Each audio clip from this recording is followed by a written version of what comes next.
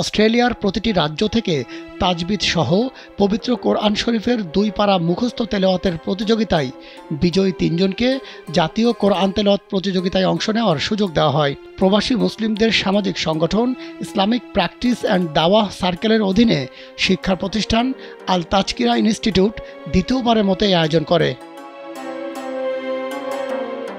সিডনিতে জাতীয় কোরআন প্রতিযোগিতা 2024 অনুষ্ঠিত হয় গত শনিবার। সিডনির ব্যাংকসটাউনের ব্রান ব্রাউন থিয়েটারে দিনব্যাপী এ প্রতিযোগিতা হয়।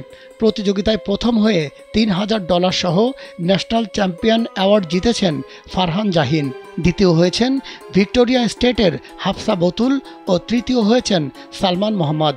অস্ট্রেলিয়ার 6টি রাজ্য থেকে আগত বিপুল সংখ্যক স্কুল শিক্ষার্থীদের মধ্যে তীব্র প্রতিযোগিতা দেখা যায়। আল তাজকিরা ইনস্টিটিউটের অ্যাসিস্ট্যান্ট কোঅর্ডিনেটর শায়েখ আব্দুল রহমানের উপস্থাপনায় শুভেচ্ছা বক্তব্য রাখেন সংগঠনটির central president doctor Rafiqul Islam.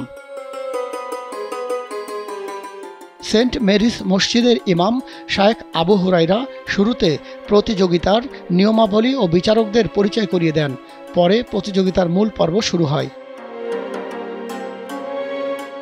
পুরস্কার বিতরণী অনুষ্ঠানে অতিথি হিসেবে ছিলেন অস্ট্রেলিয়ার গ্র্যান্ড মুফতি ডক্টর ইব্রাহিম আবু মোহাম্মদ, ন্যাশনাল ইমাম কাউন্সিলের প্রেসিডেন্ট শায়েখ সাদি আল সোলাইমান, প্রধান বিচারক শায়েখ তারিক আল বিকাই, স্পন্সর প্রতিষ্ঠান রহিম আজিজ ফাউন্ডেশনের কর্ণধর আরিফুর রহমান এবং ক্যাম্বেল টাউন সিটি কাউন্সিলের ডেপুটি মেয়র ইব্রাহিম খলিল মাসুদ।